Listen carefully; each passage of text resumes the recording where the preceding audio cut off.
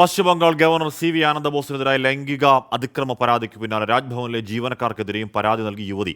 രാജ്ഭവനിലെ ജീവനക്കാർ കയ്യേറ്റം ചെയ്തുവെന്നും മുറിയിൽ പൂട്ടിയിട്ടെന്നും പരാതിയിൽ പറയുന്നു. ഭരണഘടനാ പരിരക്ഷയിൽ അഭയം തേടാതെ ഗവർണർ അന്വേഷണം നേരിടണമെന്ന് തൃണമൂൽ കോൺഗ്രസ് ആവശ്യപ്പെട്ടു. ഗവർണറുടെ സ്പെഷ്യൽ ഡ്യൂട്ടി സംഘത്തിലുള്ള മുൻ IAS ഉദ്യോഗസ്ഥൻ, പ്യൂൺ, പാൻട്രി ജീവനക്കാരൻ എന്നിവർക്കെതിരെയാണ് യുവതിയുടെ പരാതി. രണ്ടാമതും ലൈംഗിക അതിക്രമം നേരിട്ടുവെന്ന് പരാതി നൽകിയ മെയ് 2-ന് രാജ്ഭവനിലെ മുറിയിൽ ജീവനക്കാർ തന്നെ അടച്ചിട്ടെന്നും ഫോൺ തട്ടിപ്പറിച്ചെന്നും പരാതിയിൽ പറയുന്നു. പരാതി നൽകരുതെന്ന് ജീവനക്കാർ ആവശ്യപ്പെട്ടതായും യുവതി പറയുന്നു. മുറിയിൽ നിന്ന് ഇറങ്ങിയോടാൻ ശ്രമിച്ച തന്നെ സംഘം ബലമായി പിടിച്ചുവെച്ചുവെന്നും നിലവിളിച്ചതിനെ തുടർന്നാണ് വിട്ടയച്ചതെന്നും പോലീസിൽ നൽകിയ പരാതിയിൽ പറയുന്നു. ഭരണഘടനാ പരിരക്ഷയുള്ളതിനാൽ അന്വേഷണവുമായി സഹകരിക്കേണ്ടതില്ല എന്ന ഗവർണറുടെ നിലപാടിനെതിരെ തൃണമൂൽ കോൺഗ്രസ് രംഗത്തു വന്നു.